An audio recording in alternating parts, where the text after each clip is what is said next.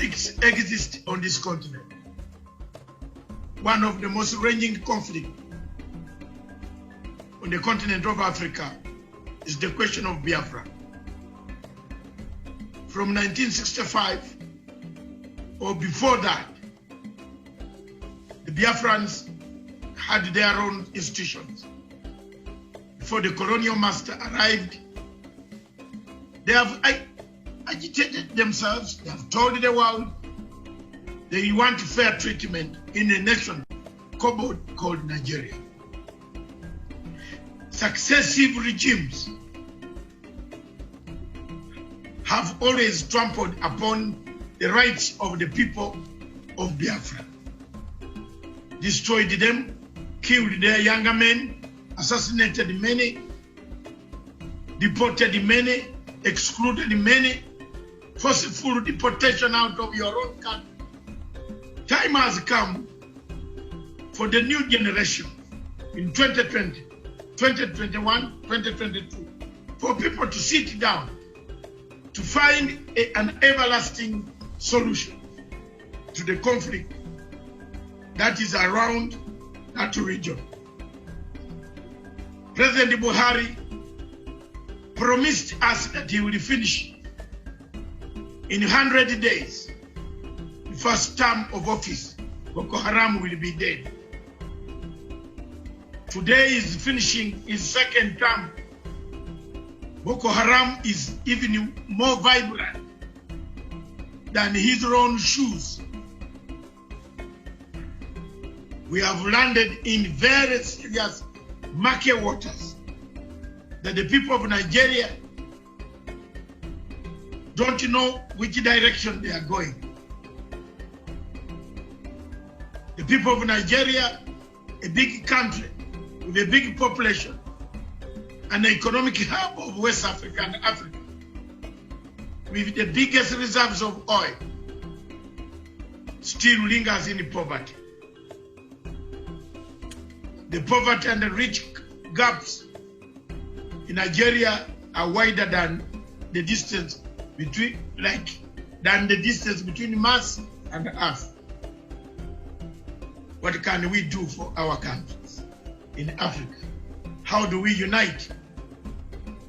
For us, our role is to speak, to defend the voiceless, to chart our way forward, to find a solution. The only way solution can be got on the Biafran issue is a referendum, which Buhari and the government president have refused. But sincerely speaking, Nigeria needs rearrangement. If that rearrangement does not come today, tomorrow, or the other day, one day it is going to explode. People can be pushed, but they cannot be pushed beyond what Biafrans have been pushed. The suffering is too much. Pictures that I cannot show on this television. I call upon President Uhuru Kenyatta as a member of the United Nations Security Council to see that some of these problems should be resolved and a resolution is passed of sitting down to understand the difficulties of the nations, especially in Nigeria, in Cameroon, because the problem of Biafra is also similar to the problem of Amazonia. The English-speaking people have no say in Cameroon. They are taken as second-class citizens. Biafrans are also taken as second-class citizens in a country called Nigeria. Their problems are compounded with a dictator who has lost direction, who doesn't know where the wind is blowing from, whether east of Sahara or west of Sahara. He's going north when the wind is going south. Therefore, it's blown one leg going up, one leg going down. Look at the picture of Buhari standing 6.1 feet, being blown apart. Thank you.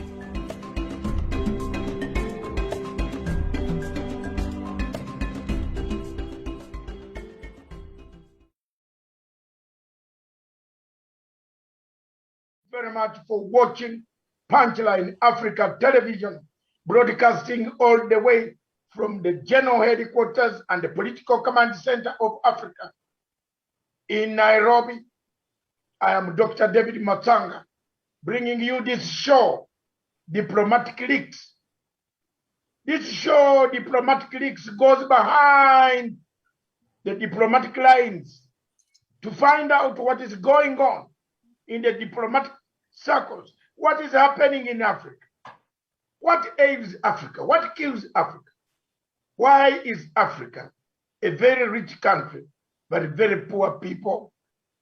Poverty in Africa, corruption in Africa, everything that goes wrong in the world starts from Africa. Yet, we are one of the most endowed people, given quite a lot of resources. What went wrong? What has gone wrong? Today, our topic in Diplomatic Leaks is a very clear topic which is worrying the United Nations Security Council, the Pan-African body of AU is worried. The Peace and the Security Council of Africa is worried. European Union is worried. All states, the Arab world, the Gulf world, all of them are worried. The country called Nigeria. Is this country sliding to suicide? I will use Walt Senyuka's words. You remember Walt Senyuka wrote a book, The Lion and the Jewel. Most of you who might forget. I did that book in 1971 when I had just joined senior secondary school in the first year. I still remember one of the characters, Lakunle. I don't know the West Africans will pronounce it very well. Lakunle, who had gone to Britain and came back and said, oh my God, I'm the best, I'm doing this. I think we have a Lakunle called Buhari. If he is there at all, we have a problem in Africa. Nigeria is sliding to a suicide situation. Is Nigeria, therefore, breaking up? The answer on the onset, viewers and those who have joined in, don't wait for me to call you, but I'll start in the order of the day. I want you to chip in, be short, be precise. After just 2 to 3 minutes of opening speech from me. I want to say I've done this because I love Africa. I want to say I have brought up this topic again and again and again. 4 years ago to 5 years ago in 2016, when I opened up this television station, the only television station in Kenya online, I was confronted with 3 key main issues. 4. 1, Al-Shabaab. 2, Boko Haram. 3, Abazonia. And 4, Central African Republic.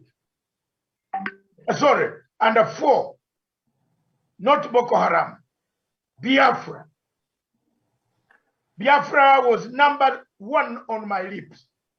When I saw the pictures of young men being dragged on Land Rovers, cut to pieces, tied on their hands on the government Land Rovers by Nigerian security agencies, and driven around the villages, I said, I'll drop everything, and at least every day, in my topics, every day on my television, this one, the Punchline Africa TV, I will always talk about one sentence about Nigeria and about Biafra. The Biafran people are my friends, are my people for a long time. My country paid the price when they decided to recognize when they decided to recognize Ojukwu. We had no regrets. My father took part in the peace process in 1967 that took part in Kampala, Uganda. You remember one of the delegates got lost in Kampala, which is a case study that we have never found that delegate. I don't know where he disappeared. So Kampala and Uganda tied together with the people of Biafra. We weep together, we mourn together. We see the difficulties of why you should be liberated and given the freedom to speak, the freedom to eat, the freedom to write, the freedom to see what you want to see. What is killing Nigeria today is Buhari is telling people to close their eyes. Soon he's going to pass a law to close people's eyes. That when you open up and God has put light, don't see. That's the state of affairs in Nigeria. The killings, the slaughter, the torture, the rape, the defilement of young people who only express their views and asking, we produce oil. Where is the money from the oil? We produce oil. Where is kerosene at the pump, at the garage? We produce oil. Why do we have no roads? One of my friends from Nigeria told me, we live together in London, in Surrey, nearby. In the evening, we always go to one of our pubs. Those days when I used to have energy, I could cross over to the pub and have a pint. And my friend told me, I asked him, when are you going for Christmas? Believe me or not, I want to tell you, he said, which Christmas? I said, I'm going to Nairobi. Yes, now how will you reach your home? I told him that from Nairobi to Mombasa is 45 minutes. But by road is only 4 hours in a Range Rover like mine. Guess what? This gentleman from Nigeria told me he's from Port Harcourt and his home is very far in a place called Onitsha. And he will take 20 days to arrive in Onitsha. So I told him that by the time you come, I would have come back to London and taken almost 200 pints, a pint of lager, of good beer, while you are still traveling between Port Harcourt or you are traveling between Lagos to Onitsha. The pothole, and he explained to me and told me, the pothole is as big as a crater which is on Mount Kanu, or on a crater which is on Mount Renzori or Kilimanjaro. That the car goes down and you think it has gone. Then it takes about 1 hour negotiating to come up because of the poor roads. And yet Nigeria has money banked outside in the City Bank in the United States, in New York. Ladies and gentlemen, on the panel today, we have Simon Ekpa, Dr. Joseph Joseph Nyachama, Fred Emerald, Sean Wesonga, Jocelyn Olesesana Tawish, Francis Ferdinand, Ikemi, and more people, and millions of Biafrans and the Nigerians, because there are so many of them suffering equally. The only suffering which we have identified under Javani Karanja, the ones we have identified are Biafrans, who are told when they are in Abuja, they are told to go back home. How can you tell another Nigeria, a man who was born in a state called Nigeria from 1914, created by the colonial master, and you tell him to go home? Where is the home? Buhari told us he cannot. There is a man on this panel who speaks Latin, and that is Wesonga. You will try these words. He said he cannot manage anymore. So in Latin, he will translate for us. Buhari said he is defeated. He can't manage Boko Haram. They are more powerful than himself. So, welcome to the show. Let me begin with the guest, Simon Ekpa. Just say a word, introduce yourself, and tell us what exactly from the last time we saw you. What is changing? What has changed? We have seen so many developments to the extent that Wallace Nyika, one of the most renowned writers, says Nigeria is sliding to a suicide. You might not see it in 2022 by June.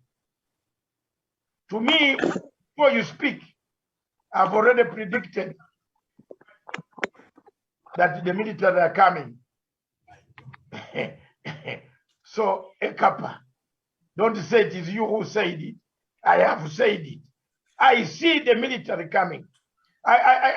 People have reached a point, they have nowhere to go. They have nowhere to go. If the president, commander-in-chief, an army man, a general decorated, says, I can't fight Boko Haram, then what else? The captains should come and fight Boko Haram. Simon. Thank you very much. Go ahead. Thank you very much, Dr. Matsanga, for that wonderfully put opening speech from you.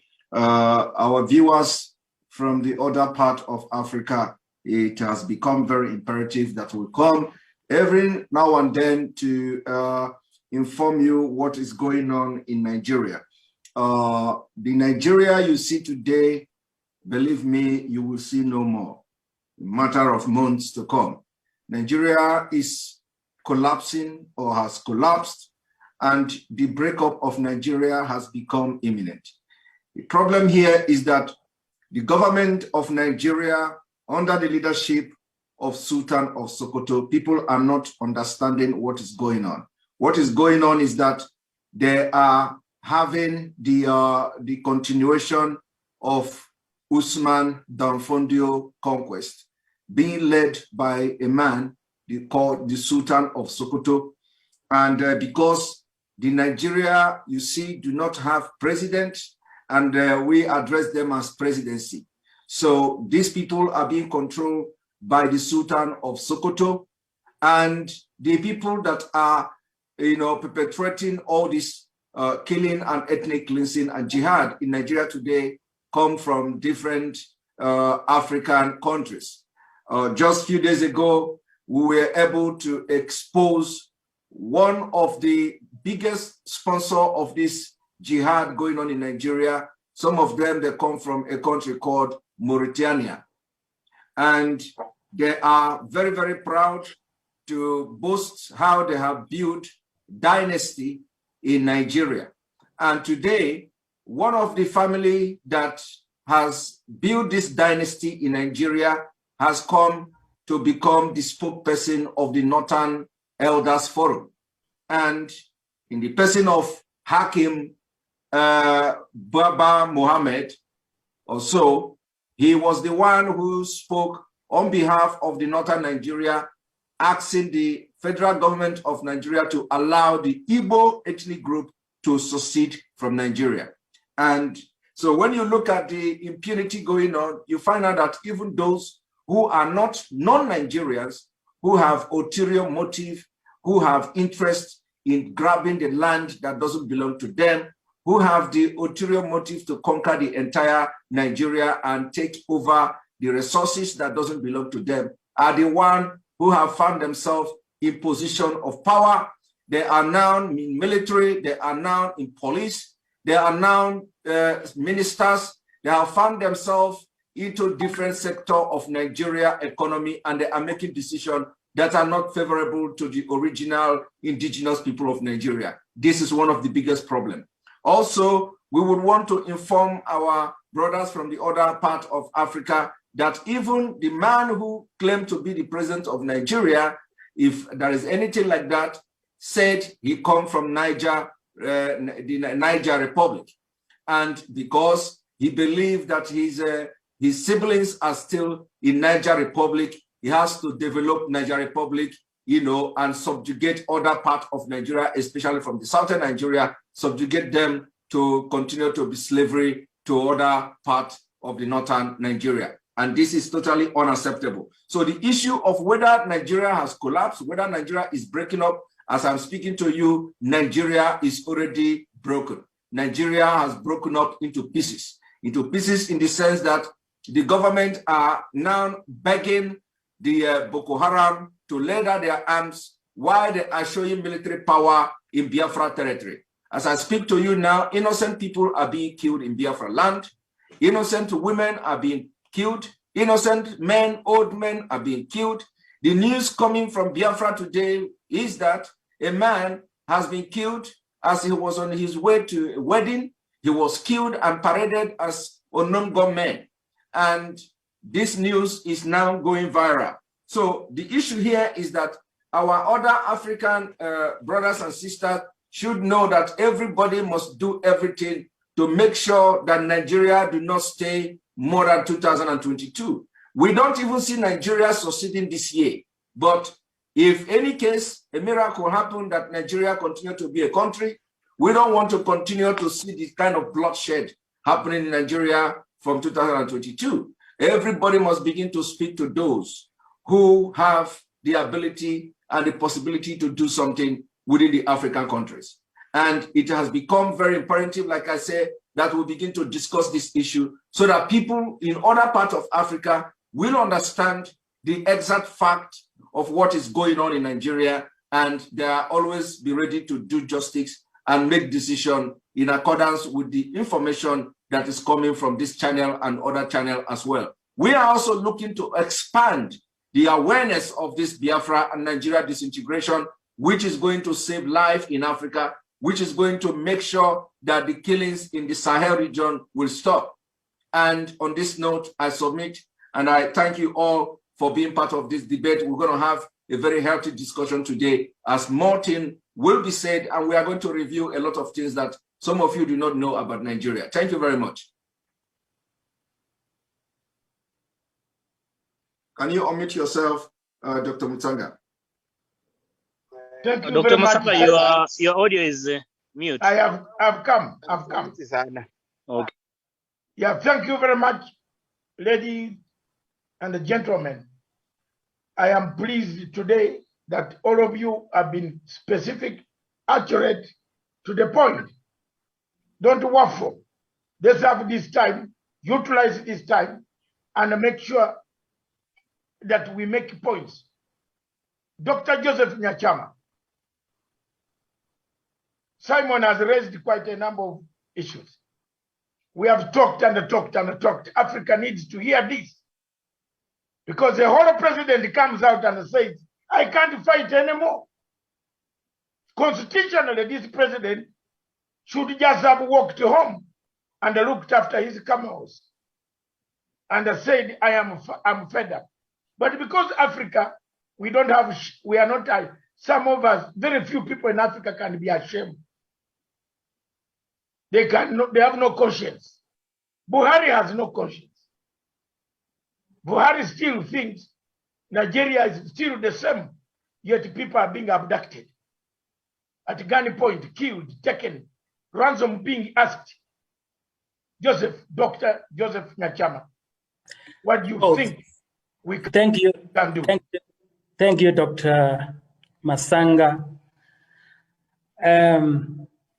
I have heard Simon speak about Nigeria and the problems.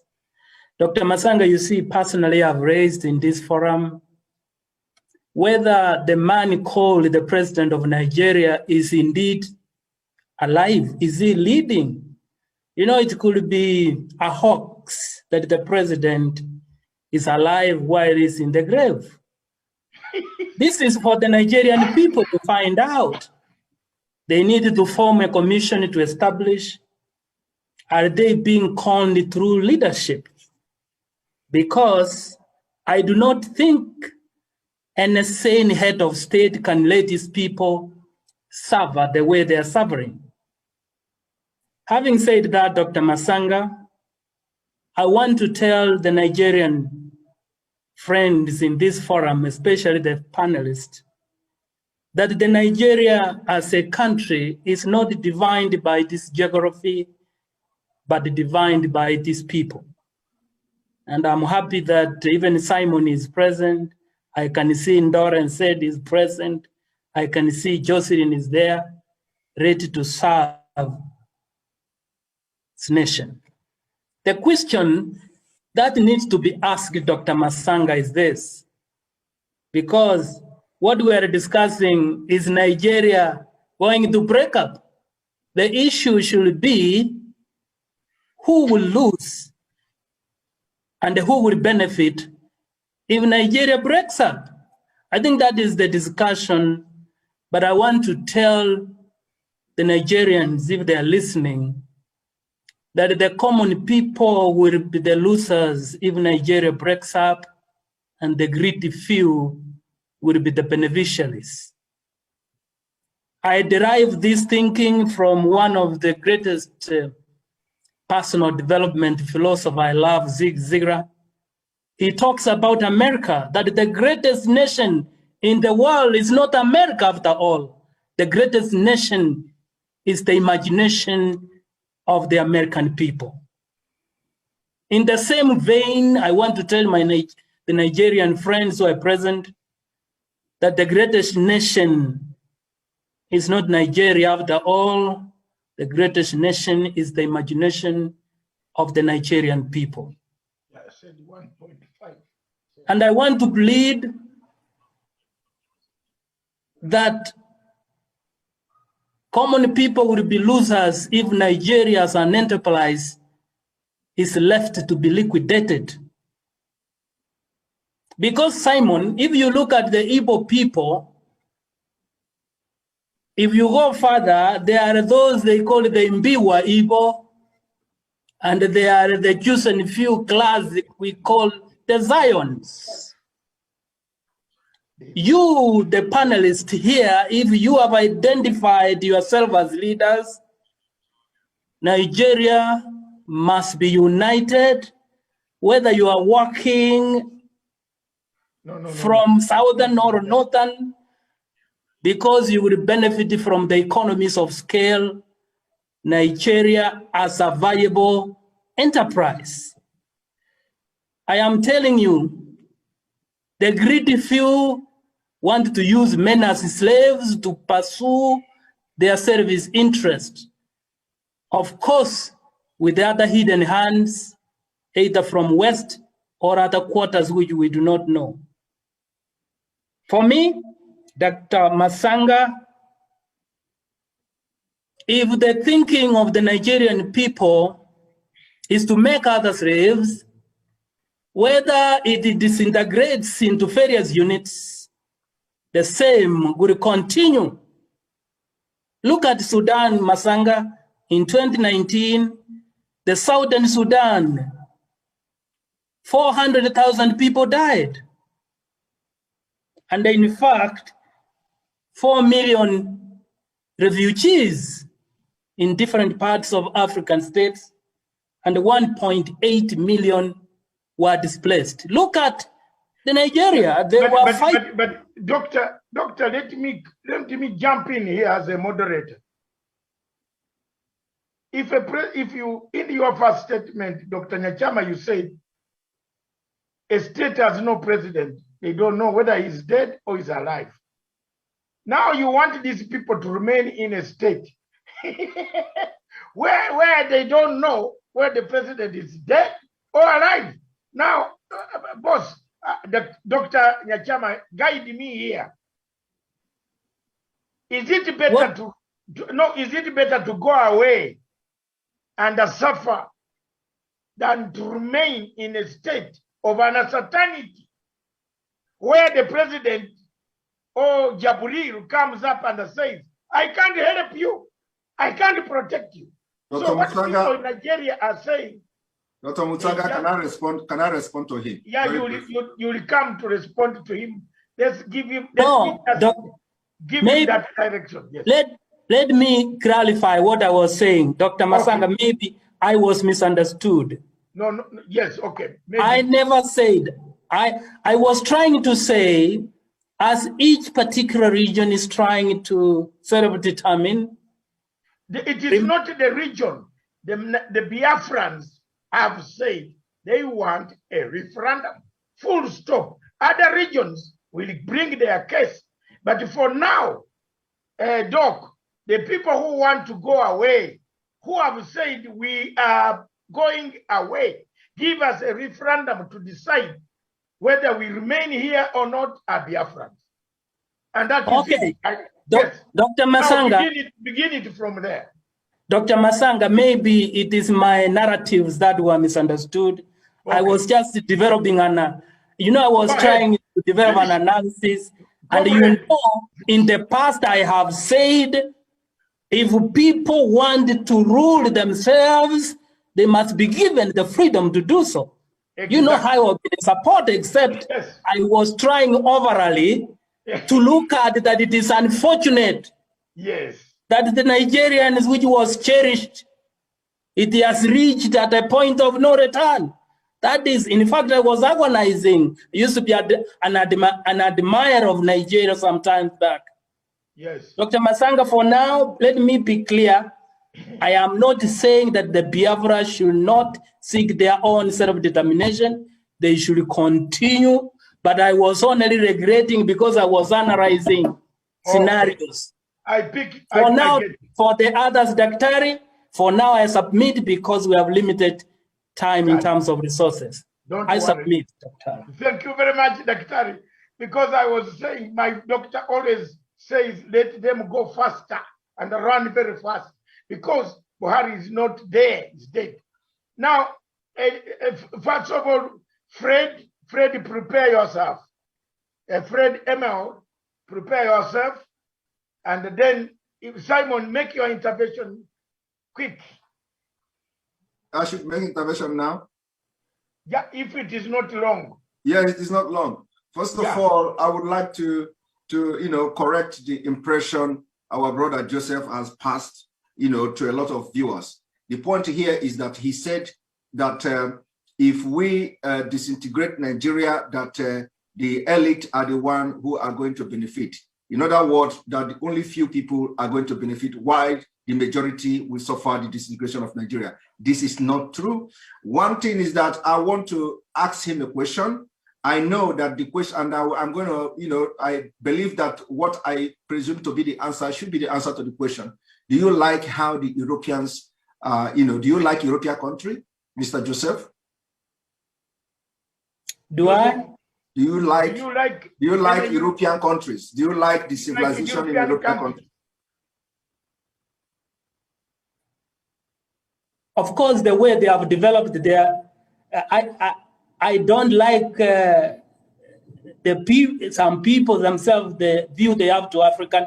But if you look at the way they have, I'm not asking about the view of the people. I said, do you like the European countries? When I say like, I mean about the civilization, about the development, about the way democracy is being handled here. Do you like what you see? You like it, right? Before you finish the question, yes, because their system work efficiently. Thank you very much. Do you know why the system work efficiently? Yes. What is the reason for the system working efficiently? It is good we educate the people watching us today. What do you think is the reason why behind the efficiency of the system? They have very effective leadership. Well, that is good. Period. Because no country. You think it is all about effective leadership? Pardon? You think it is all about effective leadership? Of course, yes. Because no country can grow beyond the vision of a leader. Thank you. Let me now tell you something you may not know. The reason why the Europeans and the European Union is very progressive and have efficiency in their democracy or in their governance is because Europe is divided along tribal line. Have you ever thought of that? Yeah. Tribal lines? Yes. Have you ever thought of that? You know, let me tell you, if you are divided between tribal lines, it means that each tribe is bringing its niche to the full. I want to draw something to add to what you have said. You said you like Europe. You said you like the system because it is efficient, and then you said that the leadership and all that. And I'm telling you now, do you know the reason behind the progress and the civilization in Europe? And I tell you one key factor, which is that Europe is divided along tribal line. So the countries you see in Europe, they don't have all this kind of tribe you have in Africa. Do you agree with me? Yes. You see, now what makes you think that we can't do the same in Africa to have a more powerful, united African nation? You know, Simon. No, this is, it is something we are discussing. We are thinking very far. We Biafrans are thinking very far. We want to do something better than Europe. So now we have come to identify the problem of Nigeria. Where the problem of Nigeria is coming from? It's coming from a diversified ethnic group, diversified view, diversified economy, diversified culture. It is the diversity. The problem we have in Nigeria today is diversity. And if diversity has become a problem in Nigeria, believe me, it goes a long way in affecting other African countries. Now we researched on what is the problem in Africa, what is the progress, what is giving the European Union progress. We found out that the European divided along ethnic line. They have the country. If you come to Finland, you have people speaking Finnish. If you go to Norway, you have people speaking their language in Norway. You go to Sweden, you have them, especially come to Nordic country, go to Germany, all of them are divided along tribal line. When they try to have the Soviet Union comprises even Finland. Finland was once part of Russia. Now, Finland have their language, Russia have their language. All those countries that made up Soviet Union in those days have their different languages. Now, they have to divide along that line to be able to progress and divide their diversity, their views about how things should be handled. Now, the problem is this is the biggest problem in Africa. So why can't we, if we want to copy the Western world, if we want to copy why the Western world are progressive, for example, in Nigeria, we are going to set that example. Example is that when Nigeria was amalgamated in 1914, the people of the ethnic nationalities or the indigenous people that made up Nigeria were not consulted. It was just handled by few people, individuals, who did not seek the opinion and consent of other people. Now they forcefully joined everybody, and we have seen the result today. The result today is that when you want to restructure Nigeria for a better development, the people from the nomadic side of Nigeria don't want to accept that. They believe that their own system of governance, the nomadic style of lifestyle is the best. We believe in civilization. When we want civilization, they are building centers for eradication of the civilization. Are you aware of that? So, my brother, we have to begin to think positively in Africa. If you are having a diversity, cultural diversity, thinking diversity, It can never work. We are going to try this for thousands of years. We will never progress as African nation. But it is time. You allow Biafra, allow Yoruba, allow other ethnic groups or ethnic nationalities that want to form a country to form their own country so that they can develop Africa. This is why I want everybody to think along. So if you like Europe, like what Europe are doing, like the system in Europe, it is time you embrace this disintegration. This is where the Africa, a new Africa is going to emerge. Thank you very much. Thank you, Simon. You know, that is my area. I never said, I have always been advocating the Biafrans to self-determine themselves. Why I was bringing even Sudan, the conversion was to say that when that time comes, don't go the Sudan way. That's what I was saying. Well, I never said. Joseph, I picked the point. And, yes. You were, as an leader in Africa, I think you are warning us not to go that route. That's why I was analyzing. No, and okay. again, give me 1 second. Yes. Doctor, yes. I want to tell Simon, we support their spirit and effort, but let us not emulate Europe, because if you emulate someone who's ahead, the best you will become is number 2. Let us develop our own model, which will go beyond Europe. Yeah, we have already our own model. Actually, Europe copied our model. Biafra started the democracy. Okay, we have our system in those days, even before Europeans came to Africa. So they copied us. Okay, thank you very much. I am a student of history, most unfortunately, European history. So I will get another show one day to give both of you, Dr. Nyachama and Simon, to wrestle it out. Now, there are a few things that have come. I want to bring in a lady, Jocelyn, to cool down to bring some voice. We don't want to look like men only sitting at the marwa or the pot, you know, the pot for brew, local brew, drinking alone. You know, men used not to allow women to go there and tell them, don't come near the pot. Jocelyn. Jocelyn? Yes, are you there? Yes. Is Nigeria breaking up? I can hear you have laughed. Is Nigeria breaking up? Good evening, everyone, and thank you for the invite, and thank you for those of you watching online. Is Nigeria breaking up? Definitely, because this is a question that even a kindergarten student knows that Nigeria is breaking up, because we don't need a soothsayer to tell us what is actually going on in Nigeria. Because the way things are, the aggressiveness of people back home will actually tell you, the atmosphere itself will tell you that this country is going down. So Nigeria, as it is right now, is going to break up. Nothing is going to mend it. Nothing is going to stop it from breaking down or from breaking up. See, everyone is so angry right now. The youth are angry. You know, the tension is so high back in Nigeria. The tension is so high back in Nigeria that even when you travel, doctor, just immediately land in Nigeria or you land at the airport, the only thing you will feel is the negativity in the atmosphere. You will feel everybody is just antagonizing the other person. That is to tell you that the leadership of the country has failed everybody in that nation. So people right now are just so angry that before you know it now, everything is just going to, is going to explode. I would say like it's just a ticking time bomb. So it's just waiting at the right time for things to get out of hand and explode.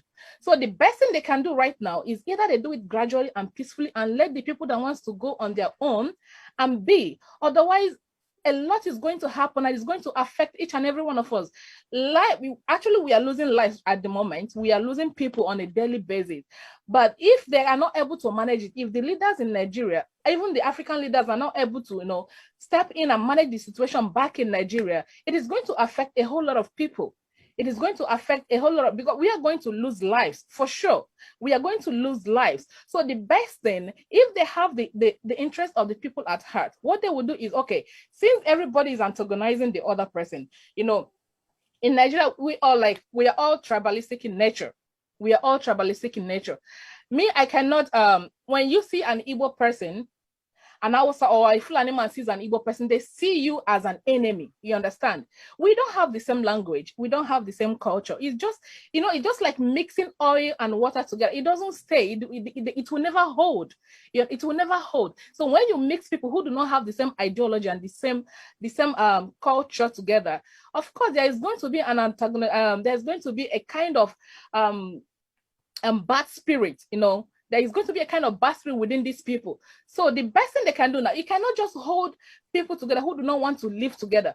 Because what is your plan of saying, oh, it's compulsory that you have to be in the same nation as me? What is the essence of doing that? Then the people you want to lump together said they are not comfortable in this kind of a relationship.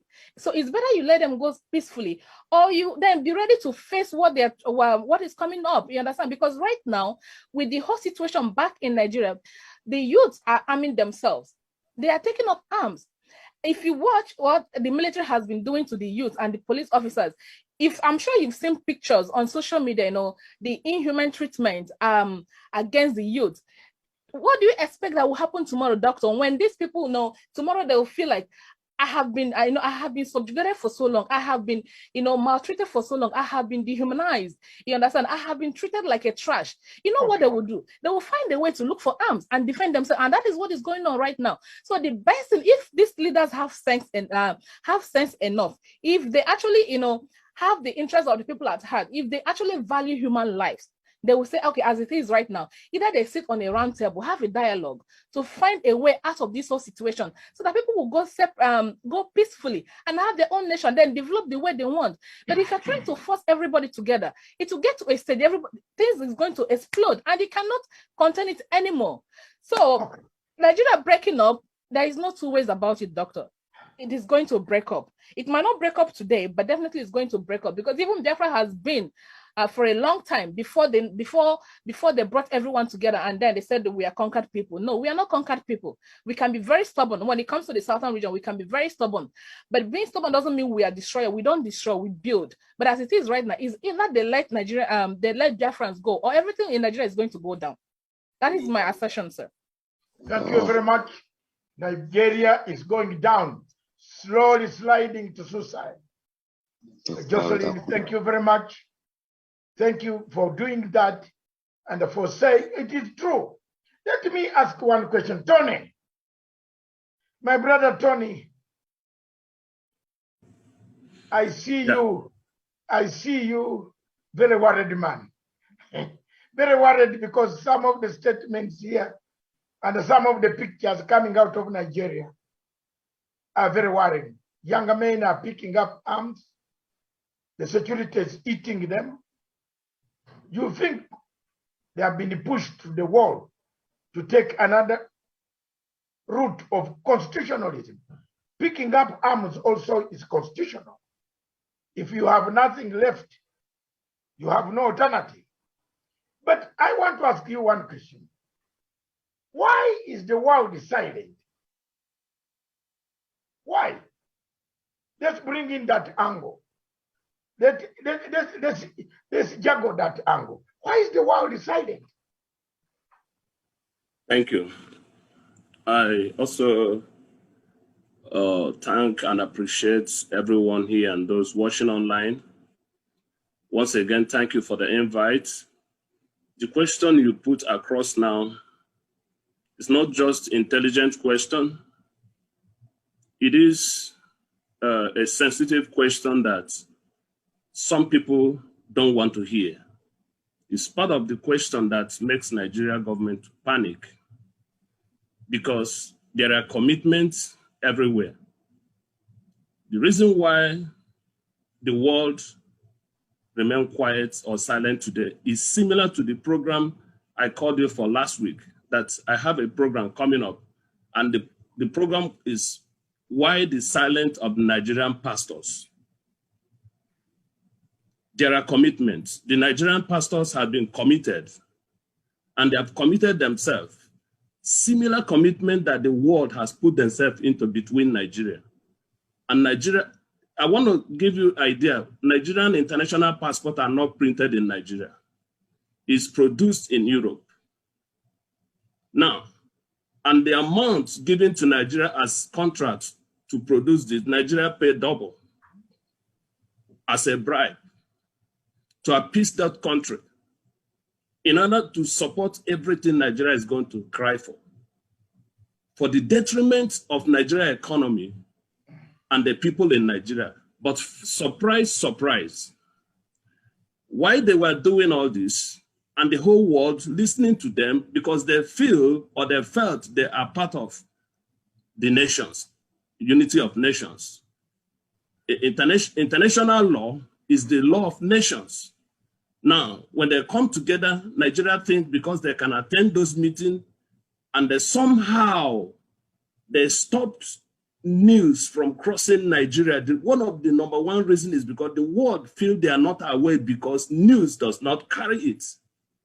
The Nigerian television, the Nigerian newspaper cannot write down exactly the truth about what is going on. The newspaper, the media company in Nigeria has been messed up and they are bought over. Now, the world knew what is going on, but because the news cannot carry it, they pretend as if they do not know. But why they were keeping silent, surprise, surprise, the people has been pushed to the wall.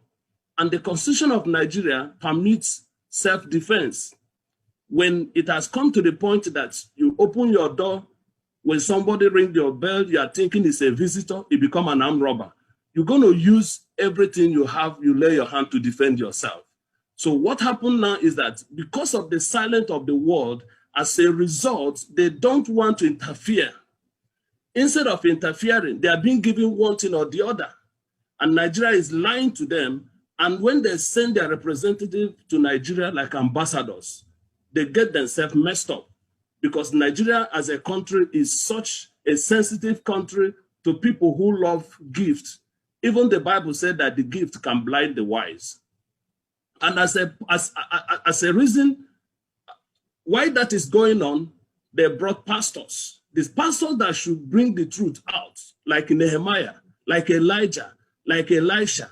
They claim that Nigeria is a seat of government of country that has respect to Christians. But the same pastors will sit down while a leader of a church, chairman, or Christian Association of Nigeria, the chairman will be kidnapped and be killed in a video while a pastor is buying top number 3 aircraft. Now, that is the same thing that those pastors will come to the international community and tell them that what is going on in Nigeria, the news they're hearing is a mere propaganda because the news is not coming from Nigerian media.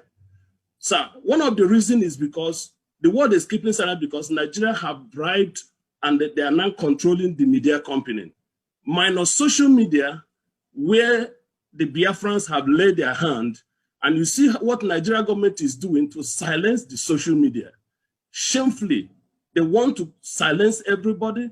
They forget about freedom of speech. They want to make everybody keep silent. But I know it is only someone that is born by a demon that will keep quiet while such a thing is going on. So thank you.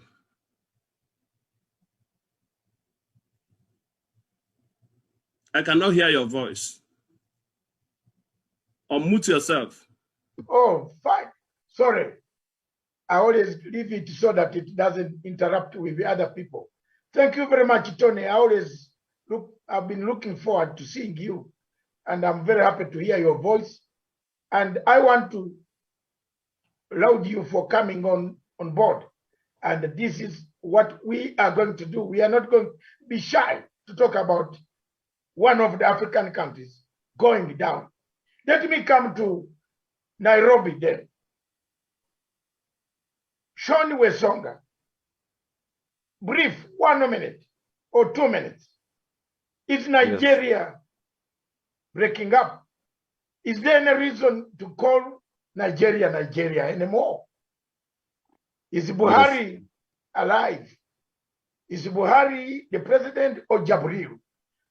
You know, these are some of the things that have confused me up to today. I don't know. If a man comes up and says, I can't fight anymore, what do we do? What should African Union? Why is the world required? Have we been captured by multinational companies. Tony raised a very serious point. The panel, those who are watching, who are going to contribute. Multinational, a Nigerian pastor buys the first class aeroplane. So he flies around Africa and tells everybody we are very rich. But down at home, people are in trouble. He doesn't say the government has a problem. This is what Tony has raised. So how can we help a situation of this nature? Kenya is a member of the United Nations Security Council. Today, for 2 years, it sits on the United Nations Security Council. President Uhuru Kenyatta will sit there until 2022, 2023. And Kenya will be on the Security Council. What can the president take from us, our discussion here? We are not discussing for the sky or the wall. We are discussing such that ideas can come here. Busoga.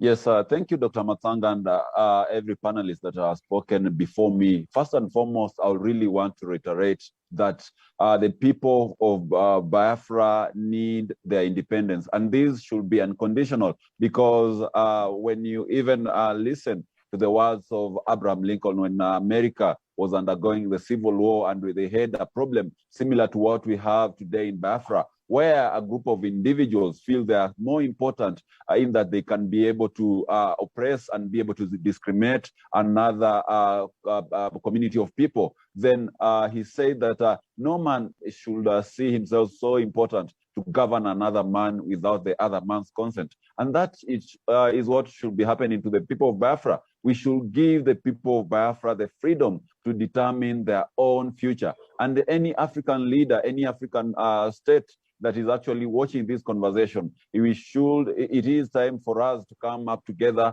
to help the people of Biafra to be able to determine their own future. And as you said in the opening remarks, Dr. Matsanga, that these are people who, before even the European came into the African continent, they had their own structures of leadership. They had their way of living together and chatting about their own prosperity. So therefore, when you see the people of Biafra today sharing the tribulation of the entire Nigerian community, then that tells you that these are people who have been dragged into a mess that they should not be part of. And therefore, the only way we can be able to salvage the situation for the Biafrans is by allowing them to form their own state. The only way we can be able to actually also help the rest of Nigerians who are actually being discriminated, who are actually being stepped upon by President Muhammadu Buhari and his Fulani clansmen, is to ensure that the leadership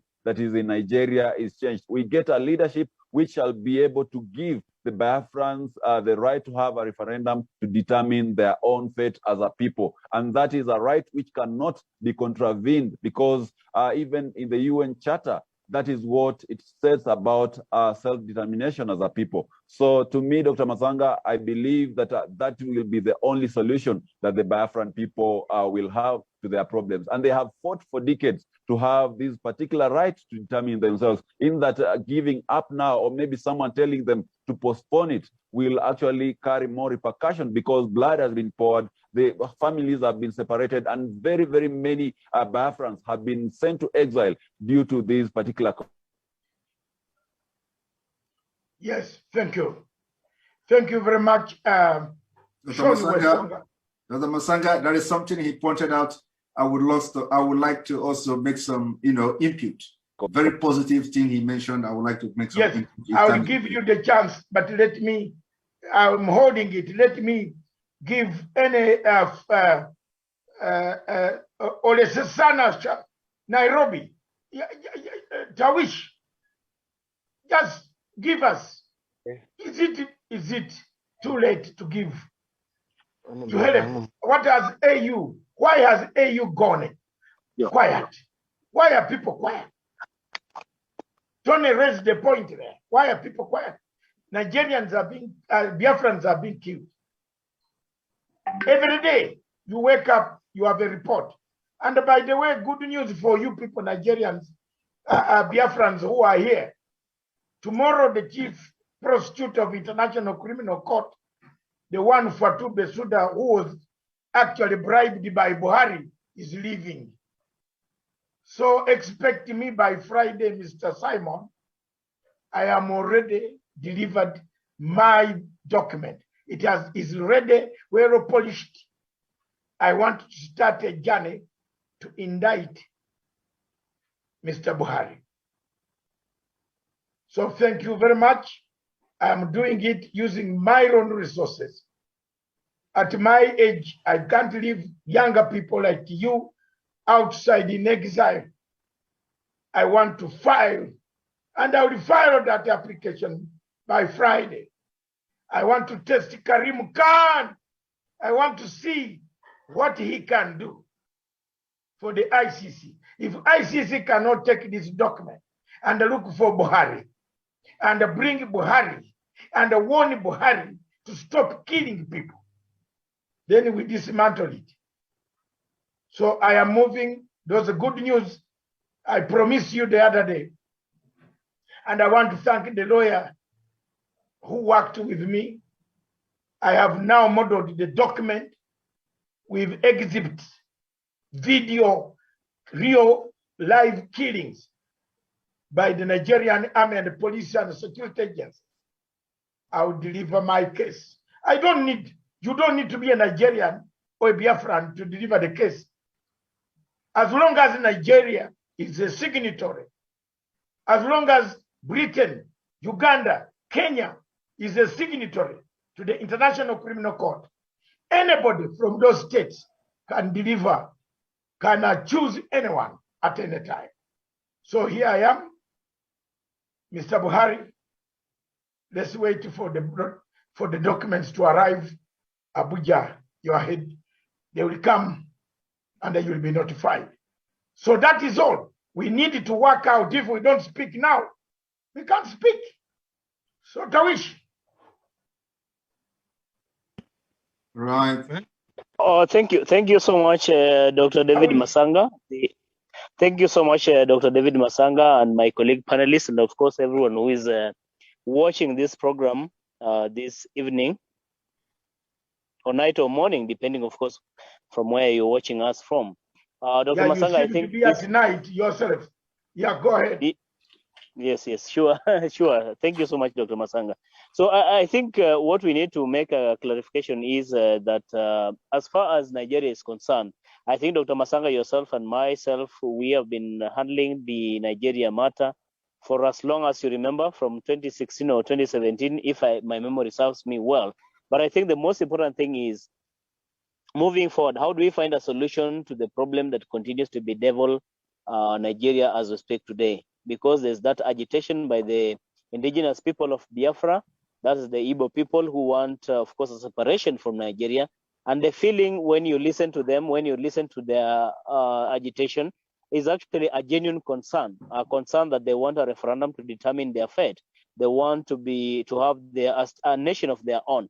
And I think for President Buhari, it is something that he should have allowed or permitted to have happened through a referendum. But again, because Buhari, having his own interests, is a person who is not so much keen on allowing this to happen. So it is unfortunate as we speak today, Dr. Matsanga. But again, I allowed the people of Nigeria, especially the indigenous people of Biafra, because they have been very keen and they have been very focused, very determined, very resolute, and not giving up when it comes to the question of agitation and calling for this referendum to take place. And I think for somebody like Namdi Kadu, who is the leader of the indigenous people of Nigeria, indigenous people of Biafra, calling for this referendum to take place, he should continue with the same effort, with the same energy, to make sure that we have this referendum take place, so that the people of Biafra can have a referendum at last. So Dr. Matsanga and the entire panelists who are actually watching, and everyone who is actually everyone who is tuned in today, I want to say this in particular, that the people of Biafra really deserve the best. They deserve the good leadership. They deserve a referendum. They deserve, of course, self-rule, which they have been fighting for so many years. A lot of blood has been lost. A lot of sweat has been, of course, lost.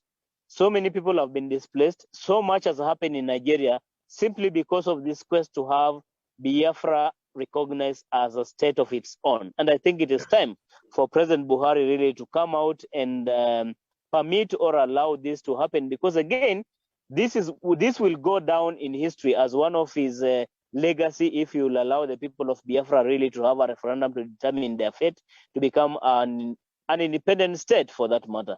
So Dr. Matsanga and my colleague panelists, I think the message here is we continue to push for the people of Biafra to have a nation of their own. So it's not time for Buhari to continue giving us hocus pocus information, to continue giving us excuses, hypocritical messaging. The most important thing here is President Buhari must allow this to happen, because again, the people of Biafra and the indigenous people of Biafra cannot continue to allow this to happen, because again, they want this referendum to happen so that they can determine their fate. So Dr. Matsanga, I submit tonight that what we have to do and allow and continue to agitate for and campaign, advocate for, champion for, is for the people of Biafra to have a nation of their own. Nothing less, nothing more, Dr. Matsanga, I submit. Thank you very much. Nobo, do you have a word to say before I am about to come back to Simon? Simon, prepare your intervention. Nobo. Can you unmute yourself? And unmute. Okay, Yes. okay. Thank you, viewers. Thank you, ladies and gentlemen, and everyone who are watching this program. It's a great privilege and a delight to have you all here. I wish to say that the first thing we have to understand is Nigeria existing as a nation of states? What is it that binds Nigeria to be a virtually or a reputable nation, that you can say that Nigeria is a nation? The man who constituted this satanic fraud, who is Frederick Lugard, said after 100 years, Nigeria should be dissolved. This is over 117 years. There is no constitution, there's no consensus that binded us together. The wife of the late Buhari, which we still keep on talking here, Buhari does not exist. Buhari, this is an impostor. I keep on saying this, and I want people to understand this. Let it go into the brain and the hearts of people to understand that all these political bigots who are there championing the government of APC as to push on an agenda that there is an existing nation. There is no nation that is existing as Nigeria. Nigeria is a company, it's a British company, constituted just to serve the economic interests of the British people. And we have to understand this. That is why I'm calling African leaders. We should leave AU. AU is completely organized and controlled by Fulanis with their war chest worth more than $20 billion. So these people do not have any stand as a viable, reputable country that we can say we have a country. We don't have a country. We don't have a president. We don't have senators, House of Rep, House of what they refer them generally now is called the presidency. There is no president. So that man you saw there that is parading himself, he needs to come to Hague. He needs to come and explain himself. There should be a DNA that should be conducted. DNA should be conducted. It's a very serious DNA should be conducted. Who is that man who have held the whole Nigeria, the whole citizens, 216 million people hostage? This is a very serious issue that we should be talking about. Also, African leaders are there shamelessly, I must use this word, shamelessly, ignoring the fact that people are being killed every day. 500 people, 400 people, they are not discussing it, they are silent. The European people are gaining from conflict in Africa, they don't care. The Americans are gaining from conflict in Africa, they don't care.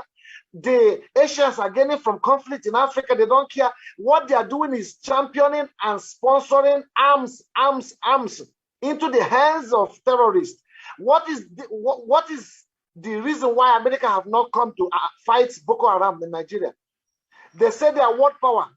They are fighting terrorism all over the world. I'm asking this question: why is it that American government, American military are not fighting Boko Haram in Nigeria? They are the same people. Why is it that Britain is not fighting Boko Haram? America has about 5,000 military in Afghanistan, which they withdrew recently.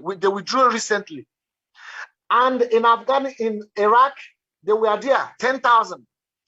They withdrew it. America is not basically occupying any specific place with maximum military presence. Seriously now, why are they not coming to Nigeria? Why are they not coming to Boko Haram? The Chad president, the former Chad president, he finished Boko Haram within 1 week. Why is it that America is not probing all those people who are financing terrorism in Nigeria, who are championing this terrorism all across Nigeria and killing innocent people? They brought Christianity to us.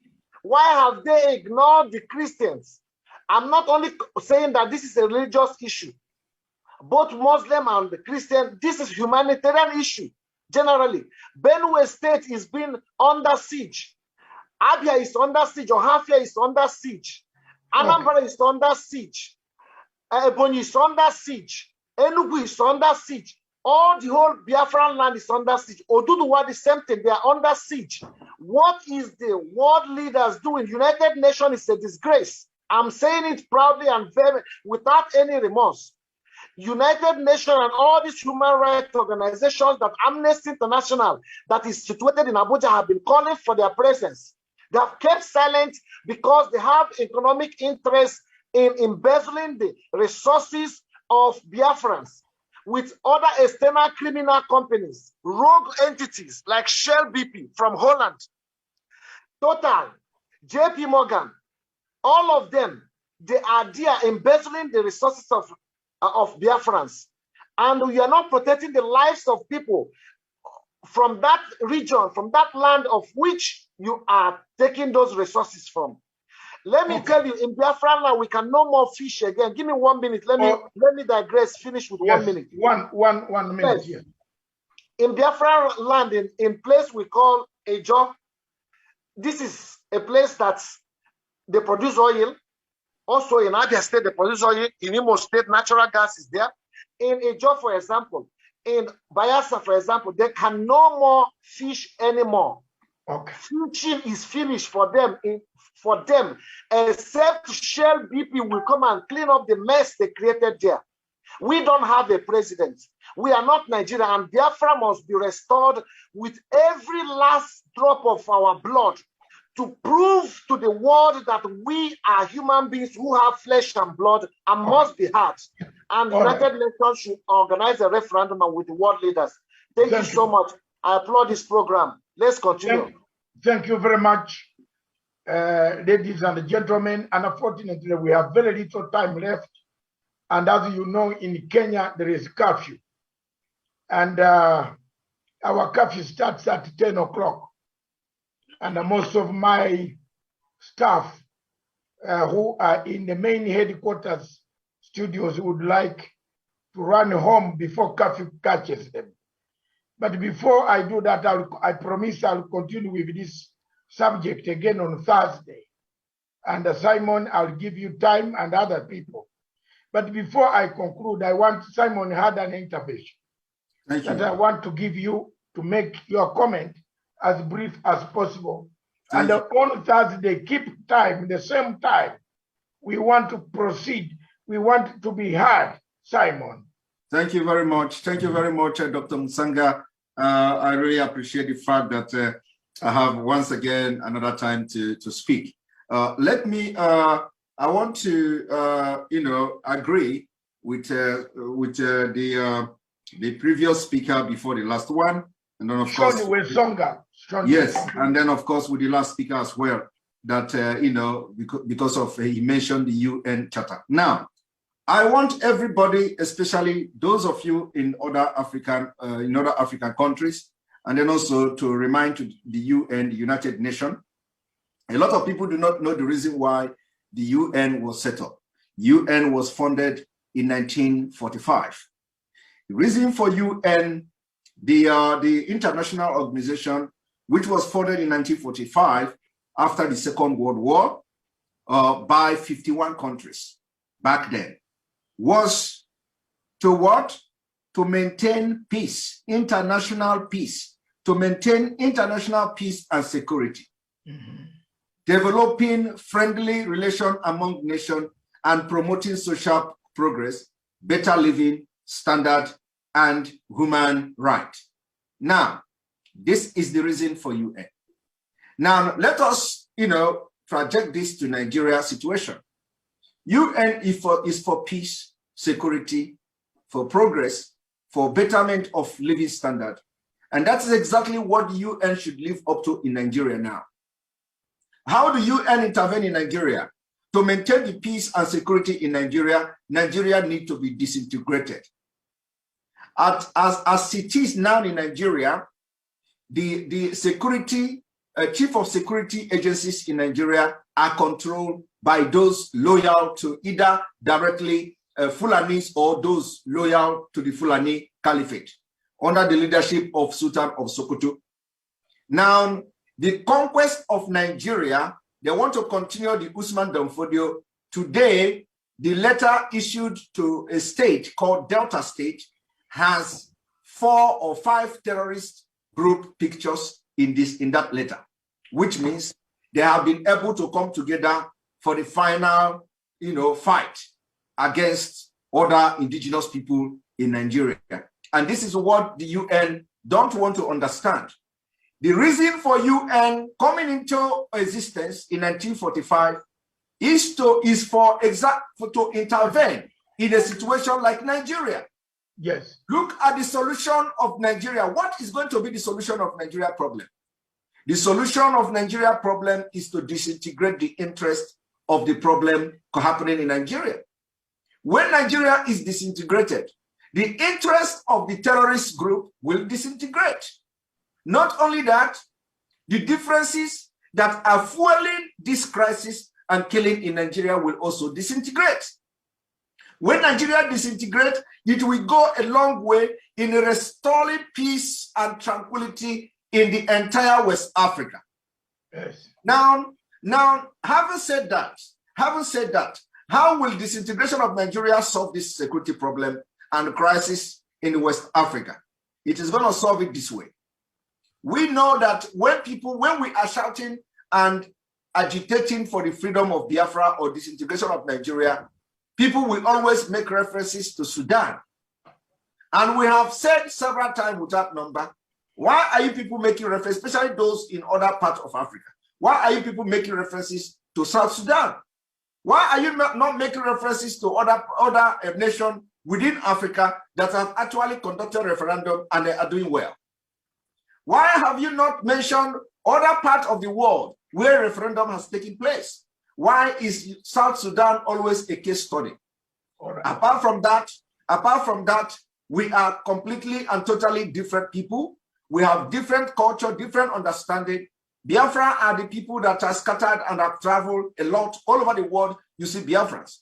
Now, the disintegration of Nigeria will solve the problem in a way that, first of all, the terrorists, the Boko Haram, the Al-Qaeda, the ISIS West Africa, the bandits, the Fulani herdsmen, and what have you, Al-Shabaab and all of them, once Nigeria is disintegrated, the interest that makes them to now invade the southern Nigeria will automatically disintegrate. It means that the activities of the terrorists will be limited to other parts of the northern Nigeria. Now, it may also shock you that immediately Nigeria disintegrates, the terrorists will cease their activities because they are fighting virtually for the Islamic State of Nigeria or Islamic State of northern Nigeria. When Nigeria disintegrates, the northern Nigeria that are already having their 12th state of Sharia state in Nigeria will be comfortable with them. Okay. Now, what is going to happen? What is going to happen to other people that are Christians or other, people that are having other belief within northern Nigeria is something that is going to be a gradual solution. We are going to provide solution to that. We are going to have a very strong border control. We are going to build our border, protect our life and our land before we can now extend a joint military operation to get rid of every other remnants of terrorists within the Sahel region. So the UN must consider having a very strong force to bring in and restore peace within West Africa, and that strong force will come from Biafra and Oduduwa. Thank you. America cannot do this. Thank you very much. Thank you very much, Simon. And on that note, I want to say what you have just said in so many words is there is a threat to peace under Chapter 7 of the United Nations Security Council. Period. That's what you have said. And I'm happy to summarize it for you, that it is a threat to peace in the region. If Nigeria, if the UN does not step in, we shall have a problem. Honor, Mr. Honor 7C, just 1 minute. You have been putting your hand up for a long time. Can you say a word, and then Dr. Nachama summarily send us a vote of thanks? Mr. Honor C, telephone number Honor C. If he's not there, is most favor. Say one word. Unmute. Dr. Matsanga, good evening from here. Thank you. And I'm glad to be part of the program once more. My name is Most Favor. Yes, I just want to commend all the comrades for the positive impact they've all made. And what I have to say is this, that they've all spoken word. And just to add to what Simon just said, every time some of our most African brothers, they keep telling us, reminding us about South Sudan. Why is it that it's also difficult for them to remind us about Estonia, Finland?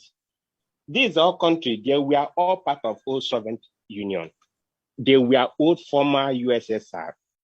But today, they are leading, they are among the leading giants in Africa. Yes. But every time our people will keep telling us about South Sudan, the major problem African is facing, just Simon said it in the beginning, the major problem African is facing is because of the partition. Countries are built and created based on ethnic lines, but that thing is not present in Africa. And finally, let me drop this let me just drop it. Drop it. Yeah. Time is against us. Simon, Nairobi has coming of Biafra will be the end of terrorism in West Africa region. The earlier we all understand this, the better for all of us. Thank you very much for giving me the time. Thank you very much, Joseph Nachama. Vote of thanks to our guests. Thank you, Dr. Matsanga. Simon, I like your eloquence on this matter. I think on behalf of Pan African TV, we need to congratulate you and continue to support you, on your endeavor to liberate Nigeria from dictatorship. Thank you very much. Because there is a maxim which says that populi sublime lex, which means the welfare of the people is the sublime law. There is no constitution that can be cited that shall supersede the aspiration of the Biafra people. Therefore, Banjo Africa, in fact, as I started saying, I think probably to a certain extent I was misunderstood personally. I have been in the forefront to support your cause, except I went offline in analysis it was not understood clearly. But be assured, through Pan African TV, courtesy of the leader, Dr. Matsanga, we are all behind you. And nothing can stop people from self-determination. Let those who are listening hear this voice. This is the voice of God, and no man shall diminish it. So brothers, be assured the support is growing, and by the end of all, it will suppress all the evil people. Thank you very much, Dr. Matsanga. I submit. Thank you very much, lady and gentlemen. Jocelyn, I want to thank you very much, all of you, for having attended this show, The Diplomatic Leaks. As you know, Nairobi, our curfew starts at 10 o'clock. Some of my engineers must have left their permits behind their houses. So I want to tell them to give them a send-off quickly in the next 30 minutes so that they reach home. But I want to say on Thursday again we shall start at we want to start at 8 and have another program of 2 good hours. And this time we shall allow everybody to speak. Today we have made progress. I want to tell you that nobody should stop you from speaking for your own people. Some of us have seen it all, and we are not threatened by Buhari. You'll see in the newspapers what I've filed against Buhari, and you'll understand that I am not just a person speaking. I've tried ICC before, and I will wrestle it again. And I will until I bring Mr. Buhari to justice for having allowed Nigeria and Nigerians to kill each other. I will not rest. I want to thank you all that continue with the spirit. Ask for what you can be given. Knock and the door will be opened. If you keep quiet, who will open the door for you? The Bible said so. Don't be people who preach and go away. Stick there, knock the door. Simon, thank you very much, all of you. Jocelyn, all of you, Sean, those watching, Namdi Khan, wherever you are, Mzee, my dear brother, this is a message. The messages are going out through to everybody. Everybody, whoever speaks, whichever language, I think God said it. Tony, you know the Bible better than myself. And unfortunately, you have become an expert. Nigerians are very good experts on the Bible. And he said you can speak in several tongues. So when somebody is speaking about the same problem, don't prohibit people from speaking about it. I see it always happen in liberation movements. I have been there in Tanzania. I know how Idi Amin tried to divide us, that we started killing each other in exile. And saying this one is a spy, that one is, no. That's why some of us are battle-hardened like myself. We stood on the mission and we got Idi Amin out. If you continue speaking with one voice, one of these days, where is Abacha? He's gone. What happened to Abacha? Did he die nicely? Did he arrange? He didn't even arrange to die. He woke up, he was gone. So God has so many ways of paying back people who are obedient. I thank you all. God bless you. This is Punchline Africa Television, the only television in Africa that speaks about Africa, about what ails Africa, defends Africa, and we shall always do it. And we also call upon good investors to come to invest. Don't come to con us. We don't want conning people from Europe who have no houses, but when they reach Africa, they take big houses. So that is very, very important. We also invite people who are good, with good behavior, with good culture, who respect our culture, to arrive on the continent and help us. This is the global world. Thank you very much. This station, therefore, is for Africa, with Africa, by Africa. Ciao.